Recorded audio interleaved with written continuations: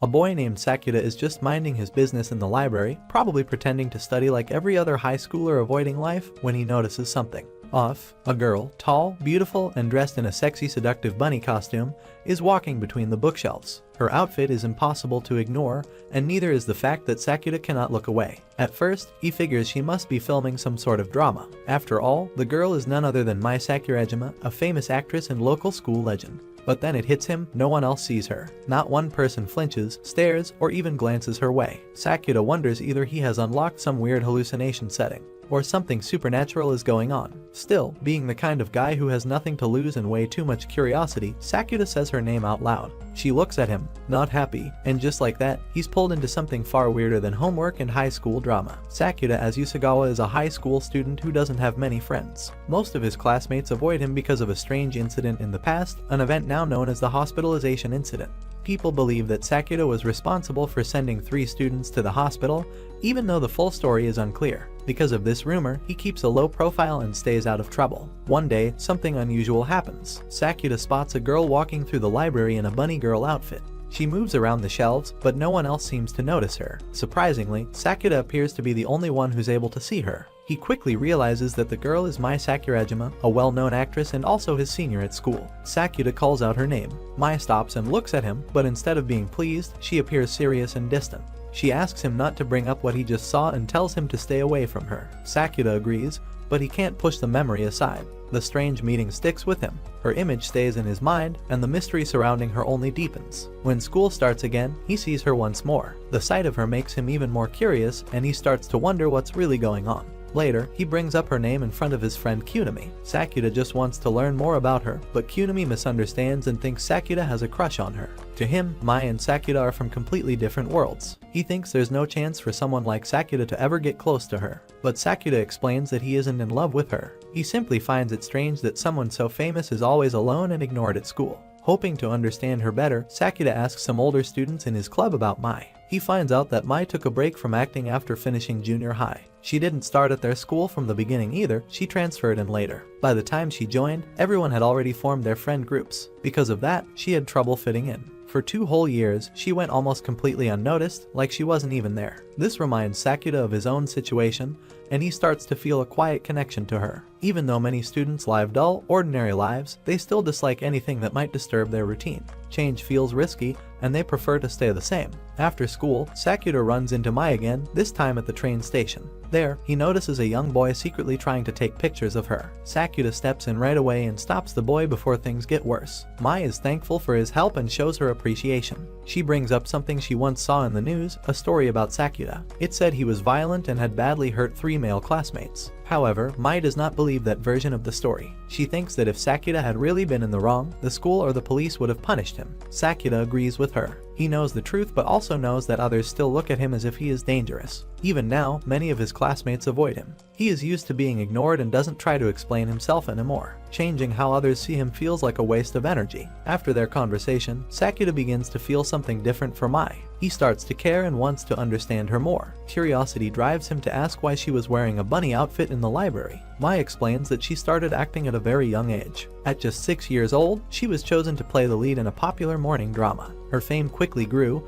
and for a while, she felt excited and proud. But over time, that excitement faded. The pressure started to grow heavier. No matter where she went, people would recognize her right away. One day, Mai wished to live in a world where nobody knew her. She didn't expect it to come true, but something strange happened. She went to the aquarium by herself, and not a single person noticed her. Feeling confused but curious, she then visited a cafe. Even the server there did not hear her speak, no matter how clearly she talked. Fear slowly took over, and she hurried back home, shaken by what had just happened. Later, she decides to test what is going on. To be sure that people truly cannot see her, she wears a flashy bunny costume and walks into a public place. Still, no one reacts. No one even looks her way. Sakuda hears her story and starts to think that she might be experiencing something unusual. He suspects that Mai may be affected by something called Adolescence Syndrome. This strange condition is said to appear only during teenage years, and it can give people strange and unreal abilities. Some people with it have reported powers like reading thoughts or seeing future events. To explain further, Sakuda brings Mai to his house. There, he shows her several scars on his body.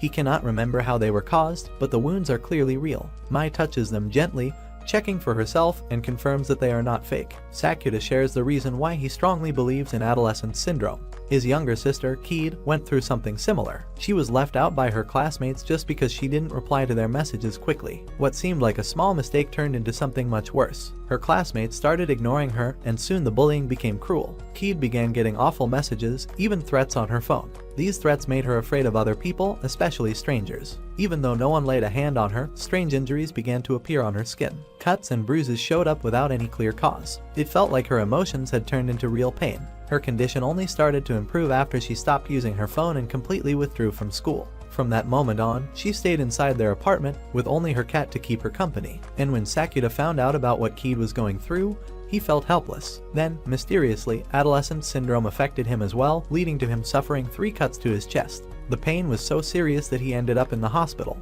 And because Sakuta himself was the one admitted and treated for serious injuries, the rumors saying he hurt others make no sense. The truth is far more complicated than anyone at school knows. Just when Mai is still taking in Sakuta's story, Keed walks into his room. It's a rare moment, because Keed has not stepped outside or met anyone new in over 2 years. She is very shy and scared of strangers. She quietly greets Mai, then quickly leaves the room without another word. Sakuta explains that Keed's condition is closely linked to the internet. Her symptoms only appear when she is connected to the online world. By staying away from it, she can avoid the pain and strange injuries. Because she rarely watches television or follows the media, she doesn't recognize Mai at all. Sakuta sees that Mai and Keed share something in common. Both suffer in silence, and both have been ignored in different ways. He thinks that the best way to help Mai is to encourage her to return to acting. If she steps back into the spotlight, people will notice her again. He believes that she still loves her work and hopes she will find her place once more. However, Mai does not take his words kindly. She becomes upset. To her, it feels like Sakuta is pretending to understand when he really doesn't.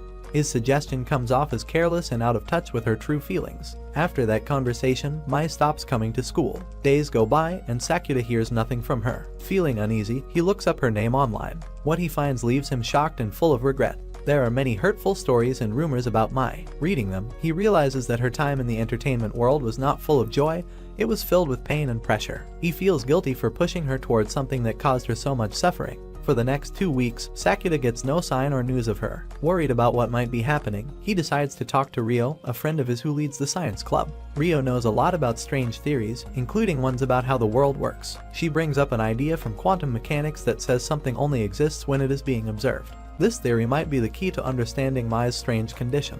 Rio uses the famous Schrodinger's cat thought experiment to help explain her idea. In this example, a cat is placed in a closed box, and there is a chance that poison will be released inside every hour. Until someone opens the box, no one can say if the cat is alive or dead. Both outcomes remain possible at the same time. This strange theory helps Sakuta see something clearly. If no one notices Mai, maybe it means that she truly has become invisible to others. To test this, Sakuta goes to a local bakery and asks the clerk if they know a girl named Mai. When the clerk says no, it confirms Sakuta's fear. Mai is slowly disappearing from the memories of others. Guessing that Mai might try to visit him, Sakuta rushes home. When he arrives, he finds her already waiting at the door. She has been there for a long time. Mai tells him that fewer and fewer people have been able to see her over the past 2 weeks. She even struggles to buy food because shopkeepers don't notice her. Sakuta gives her some bread that he just bought. He then takes her to a supermarket to learn more about what's happening. There, he notices something strange. People ignore the items Mai picks up. It's like the things she touches no longer exist for anyone else. Sakuta wonders what might happen if he touches her.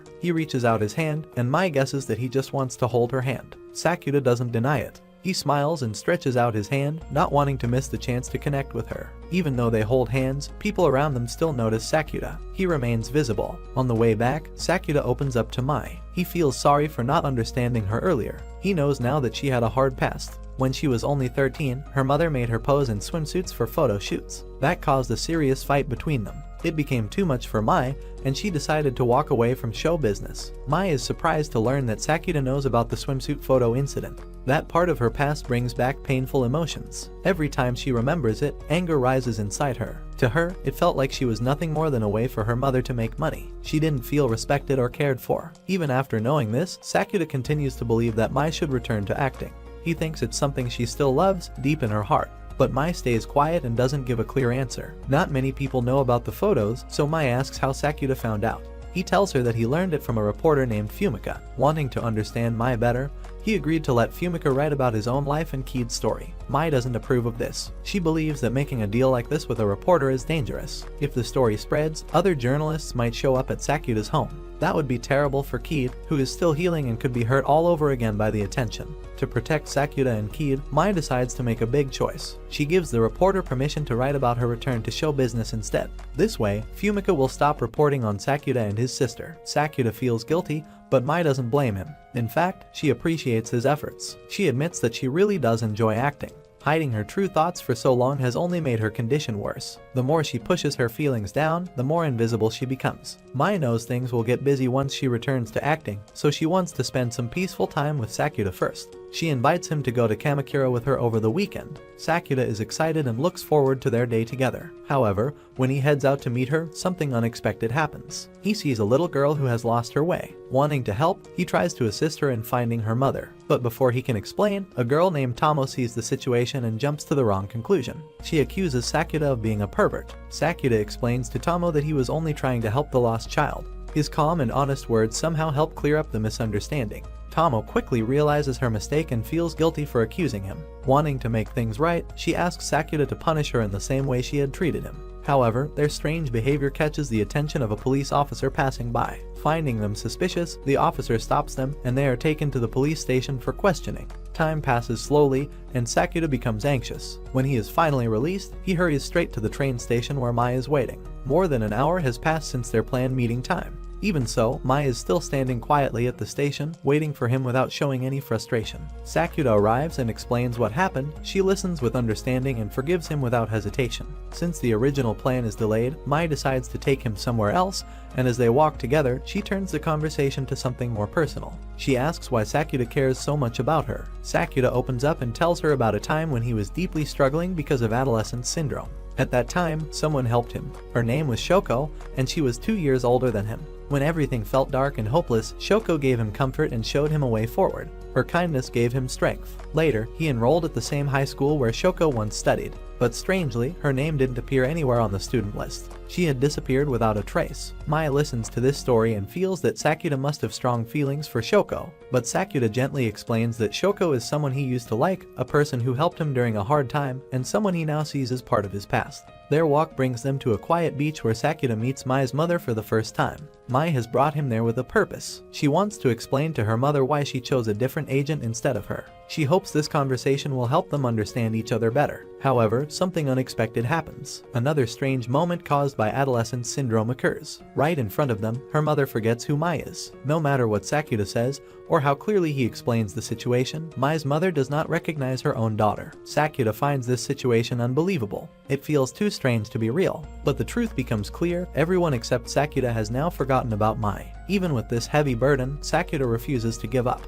He takes Mai's hand and tells her that they will keep searching for someone who still remembers. They travel from one town to another, stopping at different train stations. No one recognizes her. When Sakuta tries to talk to his friend Kunimi to arrange some leave from school, he is shocked to learn that Kunimi still remembers Mai. This brings a little hope. Curious and confused, Sakuta quickly calls Ryo for help. Ryo listens and suggests they go back to school right away. She thinks that the answer to fixing Mai's condition might be found there. Because it's already very late, Sakuta and Mai decide to stay the night at a hotel. In the quiet of the room, Mai brings up the idea of sharing a kiss. Sakuta remains calm and asks if she means something deeper by it. Mai gently explains her feelings. She doesn't want anything more. She simply wants to show her thanks. In her heart, a kiss is the best way to express how grateful she is for everything Sakuta has done, how he stood by her side and never left her, even when the world forgot who she was. Even though Mai does not realize it at first, Sakuta has fallen deeply in love with her. He finally speaks from the heart and promises that he will never forget her, no matter what happens. His words touch her deeply and bring quiet comfort.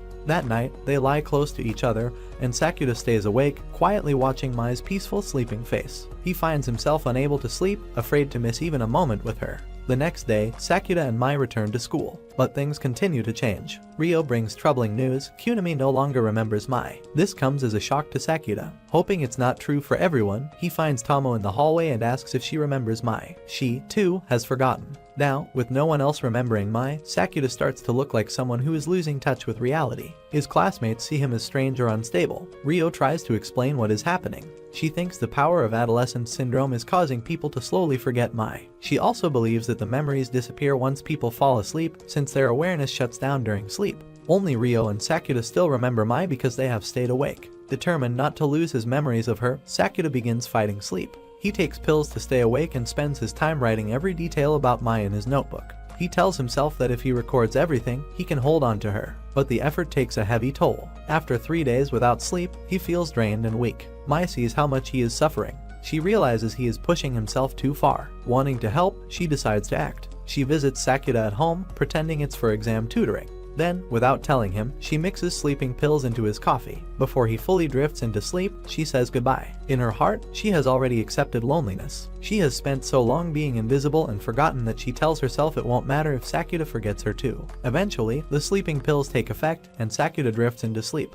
When he wakes up, he notices his diary lying on the table. Flipping through the pages, he finds something strange. Mai's name is no longer there. Her presence in his notes has completely vanished. He tries to convince himself that it's just his imagination. Maybe he wrote it wrong, or maybe he dreamed the whole thing. He shrugs it off and chooses not to think too much about it. Soon after, Rio gives Sakuda a letter. She had forgotten about Mai 2 days earlier, but before that, she had written this letter just in case. She hoped that if anything strange happened, it might help him remember something important. In the letter, Rio explains her theory. She believes Mai's disappearance is caused by being ignored by everyone at school. The energy created by this rejection became so strong that it spread beyond the school, affecting even people outside. Over time, this strange power caused the entire world to forget Mai. But Rio leaves a small ray of hope. She writes that if Sakuda's love for Mai is strong enough to rise above the judgment and pressure of others, then the world might remember her again. For now, Sakuda still cannot remember everything clearly. One day, something small sparks his memory. He sees a kanji character that he once studied with Mai before an exam. That simple moment brings everything rushing back. His time with her, her voice, her smile, it all returns. Emotion overwhelms him, and tears run down his face. Feeling the weight of everything, he runs to the schoolyard, determined to do something bold. He stands in front of the entire school and shouts out his feelings for Mai. He wants to walk the beach with her, to see her wear the bunny outfit again, to hold her close and kiss her, never letting go. Sakuda's loud confession reaches every corner of the school. Students stop what they are doing and listen. Slowly, memories of Mai return to them. One by one, people begin to remember who she is. Her presence, once erased, comes back to life. Mai finds herself deeply moved. She is touched by how far Sakuda goes for her, but at the same time, she feels upset. She remembers that he once promised never to forget her, yet he did. Sakuda quickly apologizes with sincerity. Mai doesn't respond right away. Instead, she tells him to wait for 1 month before she gives him an answer. Sakuda, full of emotion, says he cannot wait that long. He promises to confess to her every single day for the next month. Hearing this makes Mai smile. She feels joy fill her heart and takes the chance to tell everyone that Sakuda is not a violent person. With this declaration and Sakuda's love, her adolescence syndrome finally fades away. She is no longer invisible. His words bring her back to the world. Rio watches everything and smiles. She calls Sakuda a rascal. In the past, he never cared much about clearing up the rumors around him. But for Mai's sake, he now stands in front of everyone without fear. For the next 30 days, Sakuda keeps his word. Every single day, he confesses his feelings to Mai. On June 27th, he gives his final confession, and this time, Mai accepts it. Their relationship begins at last. But just when things seem perfect, something strange happens. Sakuda wakes up the next day and finds out it is still June 27th. Time has stopped moving. No matter what he does, the day won't change. Even worse, no one else remembers anything about this day repeating. Only Sakuda knows. Frustrated and confused, he turns to Rio again, hoping she can help him find out what is going on. Although Rio is not affected by the time loop herself, she helps Sakuda look into the problem. After thinking it over, she shares her theory. She believes that Sakuda is stuck on June 27th because someone nearby is afraid of what might happen on June 28th.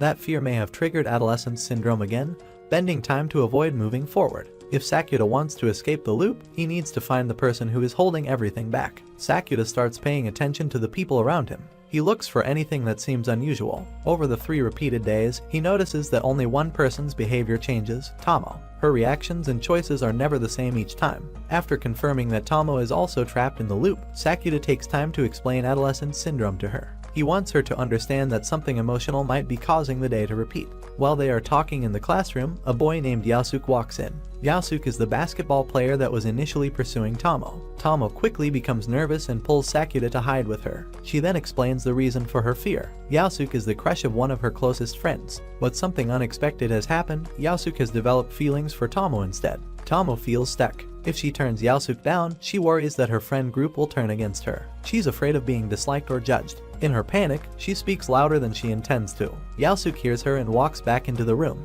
Tomo, now terrified, acts without thinking and accidentally shoves Sakuta. He falls to the floor at the worst possible moment. The scene looks awkward, and Yasuke misunderstands it. He thinks Tomo and Sakuta are secretly dating and walks away, clearly hurt. At that exact moment, Mai enters the classroom. She sees Sakuta and Tomo in what appears to be a close and private moment. Without waiting for an explanation, she turns and walks away. Sakuta tries to go after her, but she refuses to speak to him. Sakuta wakes up expecting the day to be June 27th again. He thinks Mai will forget everything that happened before, and they will still be stuck in the same loop. But to his surprise, the time loop ends. The day moves forward, and it is finally June 28th. This change brings a new problem. Because Sakuta never got the chance to confess to Mai again before the loop ended, they are no longer a couple. Their relationship has not moved forward. He quickly realizes that the time loop was not caused by him or Mai, it was connected to Tomo. Yasuke, who misunderstood what he saw, never confessed his feelings to Tomo. That misunderstanding calmed Tomo's fear, which caused the loop to break. But Sakuta knows that if Yasuke learns the truth about what really happened, Tomo's fear might return, and the loop could start all over again.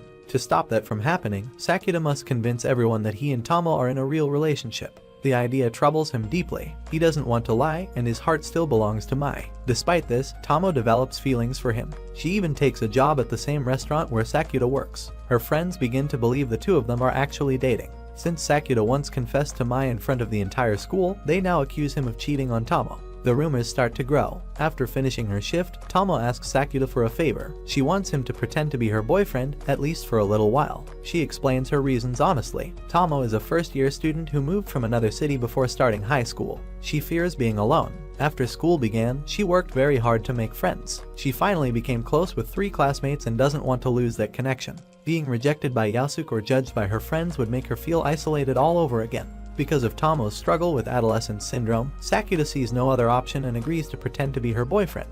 He feels conflicted, especially about how to explain everything to Mai. Then, unexpectedly, Mai shows up at his home. He tells her everything. He explains that Tomo is going through something similar to what Kid once experienced. Her fear of being left behind has triggered Adolescence Syndrome, and not wanting Tomo to suffer like his sister did, Sakuta has agreed to help her by pretending to be her boyfriend.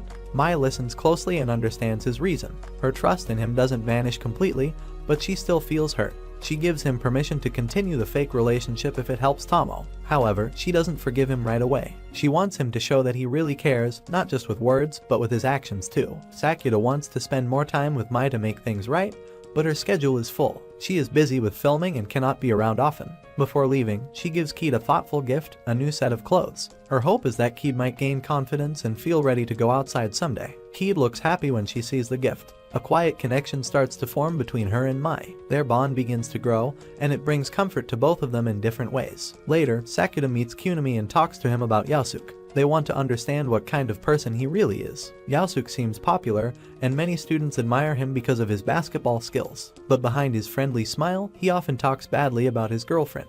He complains that she won't be physically close with him and blames her for problems in their relationship. This changes the way Sakuta sees everything. He realizes that Yasuke does not treat people with real care. A person like that is not someone Tomo should be close to. This thought helps Sakuta feel more comfortable staying in the fake relationship. For now, he knows he is doing it to protect someone who needs support. To keep their fake relationship believable, Tomo says they need proof. So, they go out together on a pretend date. At school, they continue the act. They talk and joke like a couple, making sure everyone sees them together. Things take a turn when Yasuke starts spreading lies. He tells other students that Sakuta and Tomo are doing more than just dating. The rumor grows fast. Soon, whispers follow them in the hallways. Tomo hears the talk and feels ashamed and hurt. Sakuta becomes angry. He knows Yasuke is doing it out of jealousy. At the train station, Sakuta runs into Yasuke. Their conversation turns into a fight. Sakuta cannot stay quiet anymore. He tells Yaosuke exactly how he feels. In his eyes, Yaosuke is acting out of spite and weakness. Later, Sakura decides to speak up in front of everyone. He tells the truth with no hesitation. He says clearly that he has never been in any close relationship and that the rumors come from Yaosuke's jealousy. His honest words and calm voice begin to change how people see the situation. One of the friends of Tomo listens carefully. She starts to see who Yaosuke really is. After that, she steps away from him, realizing he is not someone she should trust. The truth spreads, and people stop judging Tomo unfairly. Over time, Tomo begins to see Sakura in a new light. Being with him makes her feel safe. She starts to feel something more, but she also knows what Sakura truly feels. His heart is with Mai. Tomo understands that, so she chooses to stay by his side, not as a girlfriend, but as a friend. 1 week later, Mai finishes her filming schedule and comes to visit Sakura. She knows he doesn't enjoy studying, so she decides to surprise him. To cheer him up, she wears the same bunny girl outfit that first brought them together. It's her way of making him smile again. Sakura feels happy to see her, and his heart fills with warmth. But things are still complicated. He is still pretending to be in a relationship with Tomo, and that keeps a wall between him and Mai. Even though she loves him, Mai chooses to keep her distance. She holds back, waiting until he sorts out everything. When summer break begins on July 18th, Sakura and Tomo go to the beach together. They both know it is their last outing as a fake couple. Tomo enjoys the day with everything she has. She smiles, laughs, and creates happy memories. Before leaving, she says goodbye and tells Sakura to go after Mai, wishing him a future full of love. The next morning, something feels wrong. Sakura wakes up and sees the same date, July 18th. Everything is exactly the same as the day before. The beach trip repeats itself. He finds himself stuck in a time loop again. Feeling confused, Sakura asks Tomo if anything is bothering her. Tomo stays calm and says nothing is wrong. But Sakura is not convinced. After going through July 18th 3 times, Sakura begins to understand. The loop might not be random. He starts to believe that it is Tomo's hidden feelings for him causing the loop to repeat. Her emotions are stronger than she admits, and her heart may be holding on to something that she has not said out loud. That strong emotion could be what keeps pulling them back to the same day. This time, Sakura decides to stop the act. He speaks honestly and tells Tomo that his heart already belongs to Mai. His feelings will not change, no matter how many times the same day repeats. He also tells her something important: if she truly wanted him to be with Mai, then the time loop would not exist. The repeating day only shows that part of her still wants to hold on. Tomo hears his words and finally reaches her limit. She can no longer hide her emotions. Tears fall as she admits what she's been trying to ignore. She has fallen in love with Sakura. Even though it hurts, she does not want to trap him in her feelings. To set things right, Tomo lets go. The time loop ends, and everything returns to June 27th. It is a second chance, and Sakura doesn't waste it. He confesses his feelings to Mai. She acts cold at first, refusing to say what's in her heart. But her actions speak louder than words. She leans in and kisses him on the cheek. From that moment, the two of them become a real couple. Things slowly return to normal. The fake relationship with Tomo comes to an end. She loses her old friend group, but instead of staying sad, she moves forward. She meets new people and starts fresh with a new view on life. Later, Sakura is out on a date with Mai. During their walk, he notices a young girl on the street. She is trying to help a small kitten that has been left behind. When he hears her name, he freezes for a moment. It is the same name as the girl he once loved. The memories begin to return. She is Shoko, the same person who once helped Sakura during one of the darkest times in his life. But something doesn't feel right. She now looks much younger, like a middle schooler, and she shows no signs of remembering him at all. Shoko has found a stray kitten, but her family doesn't allow pets at home. With no other choice, she asks Sakura to take care of the cat. He agrees, though in the back of his mind, something continues to bother him. The situation feels strange. Sakura begins to wonder if this younger version of Shoko might also be affected by Adolescence Syndrome. But there are no clear signs. With no proof, he chooses to push the thought aside for now. 2 weeks later, Mai stops by the restaurant where Sakura works. Her filming has kept her away, and she feels a little guilty for not being around. To make it up to him, she plans to take him out on a proper date after his shift ends. While waiting, Mai spots Rio nearby. Something feels off. Her movements and expression don't match the Rio she knows. Sakura becomes curious and quietly follows her to an internet cafe. There, he decides to call her phone. And when the phone rings, the girl in front of him doesn't react. But someone else picks up on the other end of the line, and that voice belongs to Rio too. This moment reveals the truth. Rio is suffering from Adolescence Syndrome. Her deep fear of being misunderstood and judged by others has caused a strange split. 2 versions of her now exist. One hides in the cafe, avoiding people. The other keeps going to school, trying to live a quiet and unnoticed life. Feeling sympathy for Rio, Sakura talks to Mai and suggests that they let Rio stay at his place for a while. He hopes the space will help her feel safe and calm. Mai does not like the idea of Sakura living with another girl, even if it's for a good reason. Still, she agrees, but only if she stays there too. That night, just before they go to sleep, Mai visits Sakura's room. She reminds him that they won't be able to go on their date the next day because he has to meet the other version of Rio. Sakura feels bad about it and wants to make it up to her. In a sweet but awkward moment, he leans in for a kiss. Their timing is off, and he accidentally bumps into her nose. Mai doesn't get angry. She stays calm and smiles at him. Their kiss doesn't work out, but she tells him they can keep practicing. She wants the moment to be right one day. The next day, Sakura heads to school to observe the second version of Rio. This Rio looks calm and spends most of her time watching Kunimi play basketball. She seems interested in him, so Sakura becomes curious. He asks her why she likes Kunimi. She opens up and tells him about something that happened in the past. One day, she went to a store but gave up on buying anything because the crowd was too much. The line was long, and she felt overwhelmed. Just then, Kunimi appeared and offered her a loaf of bread. He was kind and gentle. That simple act stayed in her heart. From that moment, she began to like him without even realizing it. Sakura listens and begins to understand. Both versions of Rio are real. Each one is dealing with different emotions and fears. But even now, he does not know how to bring them back together. Just before he leaves school, Kunimi's girlfriend approaches him. She shares something surprising. Rio has been posting revealing photos online. Sakura doesn't know what to think at first. Feeling concerned, he returns home to talk to Rio about what he has heard. At home, Rio tells Sakura everything. She explains that she posted the revealing photos because she wanted someone to notice her. Her body looks more mature than most girls her age, and boys often stare at her in a way that makes her feel uncomfortable. Instead of feeling proud or beautiful, she feels ashamed. The attention does not make her feel seen, it makes her feel judged. These feelings grow stronger with time. Inside her heart, two voices begin to pull in different directions. One part of her wants to be confident, to dress up and stand out. That part becomes Futaba. The other part wants to stay quiet and disappear. That side remains the original Rio. Sakura sits with both versions. He listens carefully and begins to see how much pain both sides carry. Each one believes they are right. Futaba wants to feel strong and noticed. Rio wants to feel safe and hidden. Both are parts of the same person, but they cannot agree. Sakura tries his best to help them understand each other, but they argue, they push back. Neither side wants to change. The more they speak, the more distant they feel from one another. Then, everything takes a sudden turn. Futaba receives a message online from someone she doesn't know. The words in the message are uncomfortable. They make her feel afraid. The idea that someone out there might recognize her in real life becomes too much. Out of fear, Futaba makes a decision. She deletes the account where she posted the pictures. The need to be noticed fades under the pressure of being seen by the wrong person. For now, safety matters more than attention. Futaba feels completely alone. Her parents are not around, and the fear inside her starts to grow. The message from the stranger shakes her deeply. She doesn't want to be alone, so she asks Sakura to stay with her. Having him nearby helps her calm down. Kunimi's presence also brings comfort, even though he doesn't know everything. Still, deep in her heart, she starts to feel left behind. She watches Kunimi grow closer to his girlfriend and sees Sakura and Mai becoming a couple.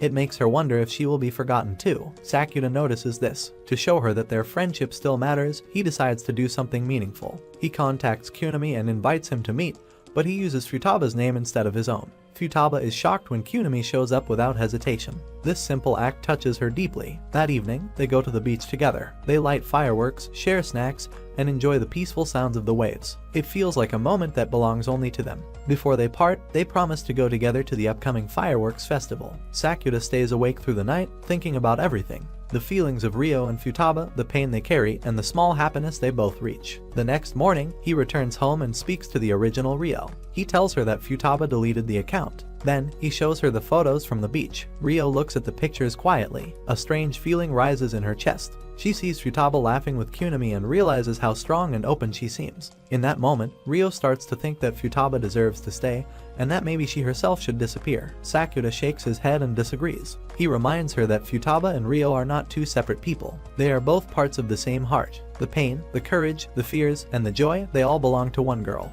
He tells her not to forget the fireworks festival next week. That promise is still important. But Sakura has pushed himself too far. He hasn't slept in days and the stress finally takes over. His body becomes weak and he collapses on the floor, unable to move. After waking up, Sakura talks to Rio. He tells her something simple but meaningful. Everyone, at some point, feels unhappy with themselves. That feeling is not strange, and it doesn't mean a person is weak or broken. It is part of being human. These words reach Rio in a way nothing else has. She sits with the thought for a while, and something inside her begins to shift. She no longer wants to run from her emotions. Instead, she wants to face them. She decides that she wants to attend the fireworks festival after all. She tells Futaba about her choice. The moment Rio accepts her feelings without shame, something amazing happens. The divide inside her heart begins to fade. The two versions of her, Futaba, who wants to be seen, and Rio, who wants to hide, come back together. They are no longer two people. They become one again. On the day of the festival, Rio walks forward with quiet strength. The sky is wide and glowing, and the sounds of summer are all around her. She gathers her courage and speaks to Kunami. Her heart holds no expectations. She already knows that he may not feel the same way. Still, she wants to say what is in her heart.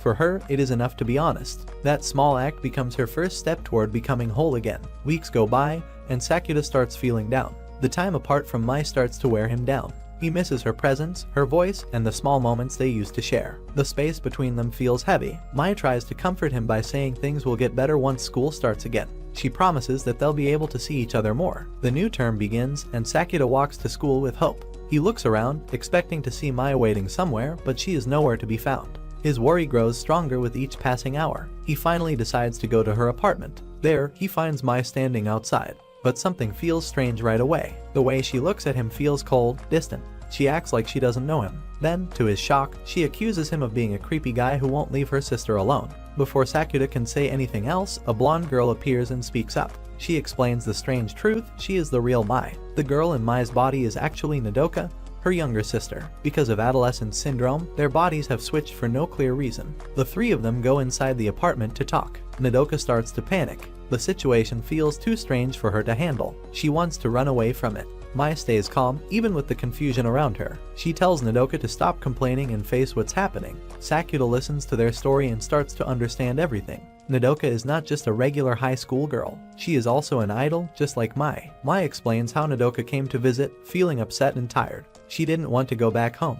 The next morning, they woke up and found themselves trapped in each other's bodies. Neither of them understands the reason behind it. They only know that something unusual is happening again. Even though Nodoka starts to panic, both Mai and Sakuta remain calm. Mai takes the lead and suggests a simple plan. Until they understand how to fix the body swap, Nodoka should continue living as Mai, and Mai will act as Nodoka. It may not be easy, but it gives them a way to keep moving forward. They sit down and go over each other's schedules. Mai explains her filming and school activities, and Nodoka shares her idol work. They practice how to speak, how to walk, and how to act naturally in their switched roles. Every small detail matters. Sakuta is given an important job too. His role is to stay close to Nodoka and help her act like Mai in public. He must make sure no one at school or on set notices anything strange. The next morning starts in a very unusual way. Sakuta wakes up and finds a cat's hairball in his mouth. It's not the best way to begin the day. Moments later, Keed bursts into the room. She laughs and jokes, saying she wishes she could be that close to him instead. Her energy adds a bit of humor to the strange morning. On the way to school, Nodoka starts to feel nervous. The fear that someone might notice something wrong begins to build. She worries that Mai's classmates might figure out she's not the real Mai. Sakuta walks beside her with his usual calm face. He tells her not to stress too much. In his usual blunt way, he says Mai doesn't really have any friends at school, so there's no one to fool. Later, Nodoka shares that moment with Mai. They both laugh at how true it is. Neither of them has a big group of friends. That small detail makes it much easier to keep pretending. In a quiet moment, Mai opens up to Sakuta. She speaks with a serious tone, sharing something that has been on her mind. She feels that all the strange things happening might be her fault. Her thoughts go back to the beginning of her career. She was pushed into fame by her mother, not because of her own dreams, but because her mother wanted to outshine her ex-husband and his new family. Nodoka's story follows the same path. Her mother also placed her into the idol world, not to support her happiness, but to compete with Mai. Both girls were pulled into a silent fight between adults. Instead of being treated like daughters, they were treated like tools. Later, Sakuta starts thinking about Nodoka's life more carefully. He worries that she might not be ready for the pressures of being an idol. Things like riding crowded trains, going to events, and being watched all the time might be too much. But Nodoka proves otherwise. She stays calm and explains that she's already used to those things. Her life has never been soft or easy. She handles it without needing help. Nodoka continues to follow Mai's instructions carefully. She works hard to copy her sister's way of speaking and moving. Her effort shows. Sakuta watches her and finds himself surprised. Her performance is so convincing that, for a brief moment, it feels like she really is Mai. Later, Sakuta meets with Rio to make sense of everything. They talk about the recent events, especially the body swap. Rio shares a theory she has been thinking about. She believes that adolescence syndrome comes from emotional instability. Strong feelings that are left unresolved can affect the real world. Sakuda listens and agrees. He tells Ryo that the biggest struggle of Nodoka is her deep sense of inferiority. She doesn't feel like she can ever reach Mai's level. That feeling follows her everywhere. He admits that he has no idea how to fix it. Afterward, Sakuda and Nodoka spend time at the beach to take a break from the stress. Sakuda watches her for a moment and can't help thinking some strange thoughts, confused by how he ended up involved with both sisters. Nodoka notices his expression and wonders how someone like him could ever win Mai's heart. Their peaceful moment quickly turns tense. Sakuda starts pushing Nodoka to be more honest. He calls her out for running away from home, refusing to deal with her feelings, and blaming everything on her situation. Nodoka tries to defend herself, but Sakuda cuts her off. He tells her that Mai already knows how she truly feels. Nodoka finds it difficult to talk to Mai, but she finally gathers her courage and opens up. She tells Mai that she hates her, not because of who Mai is, but because she has always been compared to her. Every time Nodoka achieves something, it feels like it's never enough. Her mother always points to Mai as the one to beat. Nodoka also admits something else. During Mai's break from the spotlight, Nodoka's own career began to grow. She finally felt she had a chance. But now that Mai is back, Nodoka is frustrated.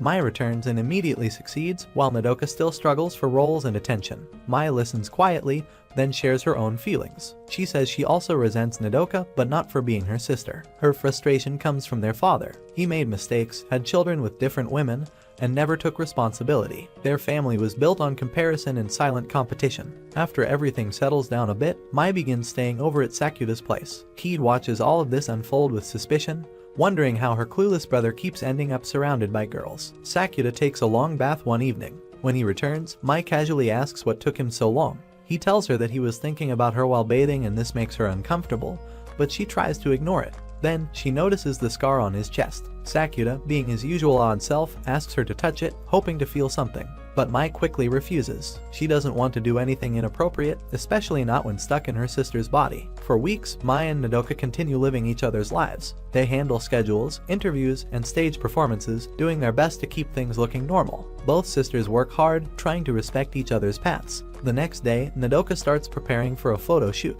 Dressed as Mai, she takes practice selfies, trying her best to look confident. Later, Mai visits Sakuda and vents about their mother. She calls out how controlling and overbearing the mom of Nodoka has become. Sakuda shares how Nodoka has been doing lately, but Mai says she doesn't need updates. She believes Nodoka is strong enough to handle it all. Days pass, and Sakuda walks past a film set. There, he sees Nodoka performing in Mai's role. She gives it her all, trying to act with everything she has. But the pressure gets to her. Panic begins to build inside her, and she collapses on set from the stress. Sakuda watches the entire scene unfold, unable to stop it. Later, he goes to Mai and explains what happened. He tells her that Nodoka struggled to handle the pressure and couldn't match Mai's ability. It wasn't about effort, it was about how overwhelming the expectations had become. At school, Kunimi notices that Sakuda seems down. Sakuda asks what it's like to have an older sibling who always outshines you. Kunimi doesn't have an answer, so he calls his girlfriend, Kamisato, who does have an older sister. Sakuda asks her the same thing. She doesn't hold back. She says that having a brilliant older sister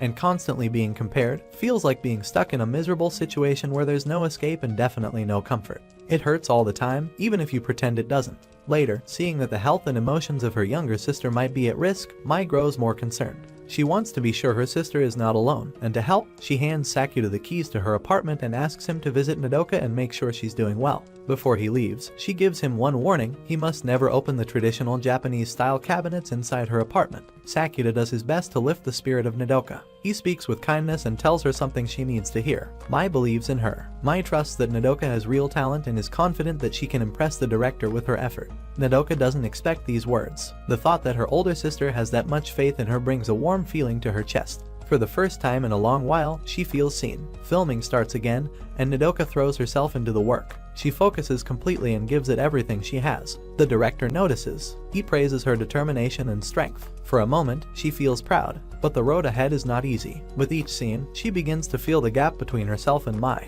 The difference becomes clear. Mai's level feels far away, like a goal she can't reach yet. Even with those thoughts, Nodoka refuses to stop. Her love for the stage and for performing keeps her moving forward. She tells herself that even if she is not perfect now, she will grow. She still wants to become a true idol, not just someone living in her sister's shadow. During the same time, Mai takes on one of Nodoka's jobs and performs at a concert. Her presence on stage is powerful. The audience is amazed by her voice and energy. Her performance stands out so much that she is chosen to sing the theme song solo. Nodoka's mother watches the concert and thinks it is her daughter performing. She finally smiles and says she is proud, unaware that it was actually Mai on the stage. Nodoka watches from the side. She sees the applause, the lights, and her mother's reaction. All of it goes to Mai. Even though the praise is meant for her, she knows the truth. She did not earn it. That thought sinks deep into her heart. The sadness grows stronger. Seeing her sister shine so naturally makes her feel invisible. No matter how hard she tries, she still feels like the one in the background. The constant pressure to live up to someone else's image begins to crush her. In that moment, she starts to believe that she has no real value and that maybe no one will ever truly notice her for who she is. In a moment of despair, Nodoka considers ending her own life. But Sakuda steps in just in time. He reaches out to her, not with blame but with care. He reminds her that if she were gone, Mai would be heartbroken beyond repair. To help Nodoka understand how much she means, Sakuda brings her to Mai's apartment. He opens a small box and shows her what's inside. Dozens of letters sit neatly stacked. Each one was written by Nodoka during their younger years. Every page holds her words, her thoughts, and her feelings. Nodoka stares at them in silence. These letters are not thrown away or forgotten. They are carefully kept, like treasures. In that moment, something changes inside her. She realizes that Mai has never disliked her. Those letters have always been a part of Mai's life, even through the hardest days. Soon, Mai returns home. Her voice is soft. She begins to speak about her early years in show business. The stress, the fear, and the pressure were more than she could handle. There were days she wanted to give up, but every time she received a letter from Nodoka, her strength came back. The words gave her hope and helped her keep moving. She thanks Nodoka, not just politely, but with true emotion. Even after hearing these words, Nodoka still feels pain. The kindness helps, but it doesn't erase the feelings completely. She watches Mai receive praise and attention again and again. Mai sings the theme song. The crowd claps. Their mothers smile and praise her, believing she is perfect. Nodoka stands in the shadow of that spotlight, wondering if she will ever feel the same pride for herself. In a burst of frustration, Mai tells Nodoka she is acting too childish. The anger builds up inside her, but because their faces are still switched, she cannot express it properly. Her emotions come out in the wrong direction, and Sakuda ends up taking the hit instead. The moment doesn't last long. Mai's anger fades quickly, and she speaks to Nodoka with gentle honesty. She reminds her that being seen and valued takes time. Recognition does not come overnight. If Nodoka keeps putting in effort, then one day, even their mother will see her for who she really is. Nodoka feels heavy emotions swirling inside her. It's hard to take it all in, but slowly, she starts to accept the truth. She and Mai are not the same. That's not a weakness. That difference doesn't mean she is less. It simply means she has her own path. A quiet decision forms in her heart. From now on, she will live in her own way. No more chasing Mai's shadow. No more measuring her worth through someone else's success. With that, the body swap finally ends. Nodoka and Mai return to their own bodies. The tension fades, and for the first time in days, Sakuda feels true relief. He finally gets to see Mai again, not just her voice, but her smile, her expression, her presence. Later, Nodoka chooses to move into Mai's apartment. Living together brings a new kind of closeness. They are no longer rivals. They begin to grow as sisters, real sisters who understand each other beyond surface smiles. But peace doesn't last long. A new problem rises. Someone secretly snaps a photo of Mai and Sakuda together. The image starts spreading, and soon, the whispers and rumors begin to grow. To deal with the rumors, Mai talks with her agent and makes a bold decision. She chooses to speak about everything in public. At a film launch event, she stands in front of the crowd and calmly shares the truth. She admits that she is in a relationship with Sakuda. She also says that her return to acting would not have happened without his support. Even though Sakuda is not part of the entertainment world, Mai asks everyone to respect his privacy. She doesn't want him dragged into the spotlight just because of her. Her words are clear and sincere. Sakuda listens from the side, completely overwhelmed. The way Mai speaks about him, with honesty and care, fills his heart with joy. In that moment, he feels like the happiest person in the world. But happiness does not last forever. One day, a letter arrives for Sakuda. The name on the envelope sends a shock through him.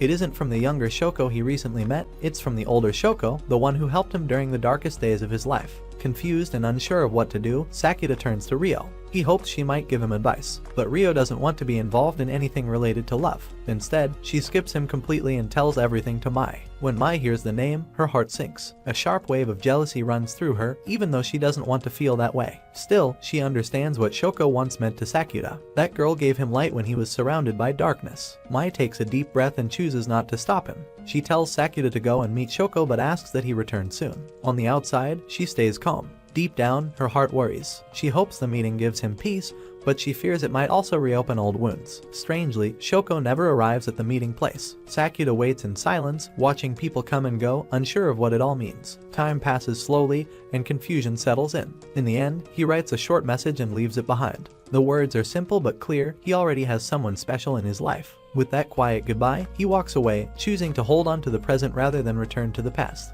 Life then begins to shift toward Kid. For a long time, she has lived inside the safety of their home. Her world stays small and quiet because of the effects of Adolescence Syndrome. Each day feels the same. The outside world becomes something she fears. But through it all, Sakuta and Mai stay by her side, never forcing her but always ready to support her. Their kindness gives Kid the strength to try. One day, she puts on the clothes Mai gave her. She chooses to step outside, just once, with Sakuta walking beside her. The moment she crosses the threshold, her body starts to tremble, and tears roll down her cheeks. The world outside feels too big, too loud, too new. But she doesn't let go of Sakuta's hand. She keeps walking. Later that weekend, Sakuta and Mai take both Kid and Nodoka to the beach. The sun shines gently, and the sound of the waves fills the air. The moment feels peaceful and light. For Kid, it becomes a rare and special memory. During their time at the beach, a girl named Katomi approaches. She greets them with familiarity and says she is an old friend of Kid's. But something feels wrong. Kid doesn't recognize her at all. She stands quietly, unsure of what to say. Sakuta finally opens up to Mai and Nodoka. He tells them everything about what happened to Kid 2 years ago, when she first began to suffer from Adolescence Syndrome. Back then, Kid became the target of cruel bullying. Her classmates turned against her without warning. The pain grew deeper with each passing day. She tried to keep going, but her heart couldn't carry the weight anymore. Her mind broke away from everything she once knew. That was when a new version of Kid appeared. Her memories from the past vanished completely. She no longer remembered her own family. Not even Sakuta felt familiar to her. Her voice changed. Her habits changed. It was as if a different person had taken her place. Their mother could not handle the shock and broke down emotionally. The house, once filled with small moments of family life, became silent and broken.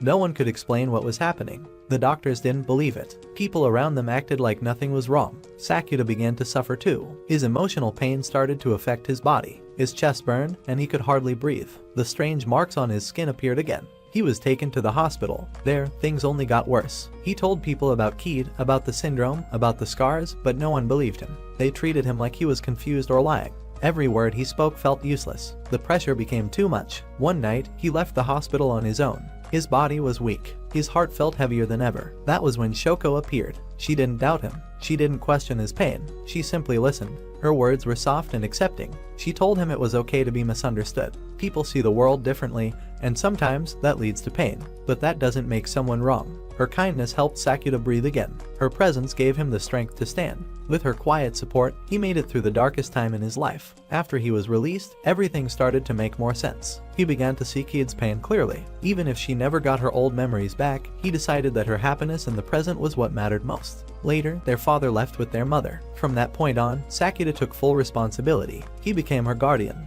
He cooked, helped her with daily routines, and provided anything she needed. The role wasn't easy. The weight of the past never truly went away. But he stayed by her side, not because he had to, because he chose to. Because no one else would. After sharing the story of Kid with Mai, Sakuta feels guilty. Because Kid and Mai have grown close, he had hidden some painful details. Mai listens and understands. She respects the choices Sakuta made to protect his sister. Later on, Katomi reaches out to Sakuta with a quiet request. She asks him to give a book to Kid. Years ago, Katomi lived in the apartment upstairs, and during that time, she and Kid became close friends. Inside the book, Katomi leaves a small note. Her message is short but full of care. In her note, she has said to Kid that she still wants to be her friend. Kid opens the book and sees the word friend. The moment is too strong. Her body reacts before her mind can catch up. She suddenly collapses, fainting without warning. Sakuta rushes her to the hospital. The doctors later explain that this might not be a random event. It could be a sign that Kid's lost memories are starting to return. The emotional shock might have triggered something inside her mind. Sakuta sits by her side, feeling powerless. He cannot change what's happening, and he cannot take her pain away. All he can do is support her and keep every promise. When Kid wakes up, she shares something quietly. She wants to return to school. Sakuta reaches out to the school counselor for advice. The counselor speaks with warmth and understanding. Everyone has their own rhythm. There is no need for Kid to walk into a classroom right away. Simply standing on school grounds is already something brave. Kid begins to prepare for her visit, holding on to hope. She feels ready, at least a little. But just before they reach the school, the symptoms of Adolescence Syndrome return. Her body weakens, and she can't go any farther. Sakuta sees this and makes a promise. He will help her get to school, but not at the cost of her health. Sakuta believes that Keed already senses what's coming. Deep down, she likely knows that her old memories are close to returning, and her wish to go to school is a sign of that awareness. Hoping to take her mind off the pressure, Sakuta takes her to the zoo. Keed has always loved animals. Her eyes light up the moment they arrive. Wanting to make her smile last longer, Sakuta gives her a yearly zoo pass. They spend the day wandering through exhibits, surrounded by the comfort of something she loves. Later that night, Sakuta brings Keed to school. The grounds are quiet and still. Guided by his hand, she walks through the halls, seeing everything she had dreamed of. They visit each spot on her wish list, peacefully, slowly, just the way she wanted. The next day, Sakuta wakes Keed up, only to find that her speech and mannerisms have changed. She's regained her old memories again, but in doing so, the memories from the past 2 years disappear. The Keed who lived with Sakuta, shared small moments, and made plans, has vanished. Sakuta feels crushed. 2 years of laughter, dreams, and gentle companionship are gone in an instant. The pain becomes too much to carry, and symptoms of Adolescence Syndrome begin to appear in his own body. Out of nowhere, Shoko appears once again. She quietly brings Sakuta home, offering support. She has read the diary of Keed and knows how much Keed loved Sakuta. Sakuta was her reason to change. He gave her courage. She wanted to be strong, not for herself, but because she didn't want to cause him pain. Being seen as his little sister made her feel happy and safe. Shoko stays by Sakuta's side. Her words are gentle, and her presence is soft, like a quiet light in a dark room. Little by little, Sakuta starts to feel steady again. The pressure inside his chest loosens, and he begins to stand up from the sadness. But the peace is short-lived. After helping him through his worst moment, Shoko disappears again. No goodbye, no explanation. Her absence leaves behind a quiet emptiness, and the mystery of her still lingers. Later, Mai visits. She has made time in her busy filming schedule to come check on Sakuta. When she arrives at his house, she finds something unexpected, a note left by Shoko. Reading the message makes her stop. A long silence fills the room. Mai feels sadness, not because she doubts Sakuta, but because she believes she failed him. She is his girlfriend. She should have been the one to support him. Instead, someone else stood by his side during his weakest moment. The thought makes her heart heavy with guilt. To clear her mind, Mai decides to take a step back. She needs time to understand her feelings. She doesn't yell or blame anyone. Her choice comes from emotion, not anger. Sakuta sees her pull away and misunderstands. He believes Mai is upset about Shoko. He wants to explain what really happened, but the words stay stuck inside him. Nodoka quickly learns about the visit of Mai and becomes furious with Sakuta. She reminds him that today is Mai's birthday. Even with a packed filming schedule, Mai still found time to visit him. She wasn't upset about Shoko. Her heart simply broke because she couldn't be the one to support him when he needed someone most. The truth hits Sakuta hard. Determined to fix things, Sakuta gets serious again. He grabs his things and rushes to the location where Mai is filming. A quick train ride and a long sprint later, he reaches the set. His goal is clear now, he just wants to be with her. Mai sees him and doesn't hold back her surprise. The two of them finally share a small window of time. He wishes her a happy birthday. They have only 15 minutes for their date, so they stand quietly over a city point, looking out at the view of the city. Sakuta gives her his jacket, not because she asks, but because it feels right. He opens his heart and says what he should have said earlier. He apologizes for not showing enough appreciation. Mai also looks back on everything and realizes she should have shared her feelings sooner. Both of them speak honestly, and the weight between them starts to lift. Sakuta says how lucky he feels to have her by his side. He wants to be strong for her, just like she has always been for him. Mai smiles and gently tells him to close his eyes. He expects a kiss, but instead, she pinches him. The moment stings, but it also makes him laugh. It's her way of showing affection, just a little playful and very real. Sakuta takes an important step and introduces Mai to his family. The moment feels like the start of something new. A quiet chapter opens for both of them. Keed begins to change as well. She starts to understand the version of herself that once hid from the world. The fear, the pain, and the quiet loneliness are no longer something she wants to escape from. Instead of avoiding it, she decides to face it. She chooses to return to school, not to prove anything to others, but to prove to herself that she can move forward. She's no longer afraid. Just knowing that her brother is by her side gives her the strength to try. Both Keed and Sakuta finally begin to heal. The symptoms of Adolescence Syndrome, once tied to heartbreak and confusion, start to fade. The people around them also grow, each in their own way. Through pain, support, and love, they all find a little more strength. And that is it for today. If you enjoyed this recap, don't forget to like, leave a comment, and of course, subscribe for more breakdowns of your favorite anime. Got a theory, a favorite moment, or just want to rant about the sexy bunny suit? Drop it below, we read everything. See you in the next one.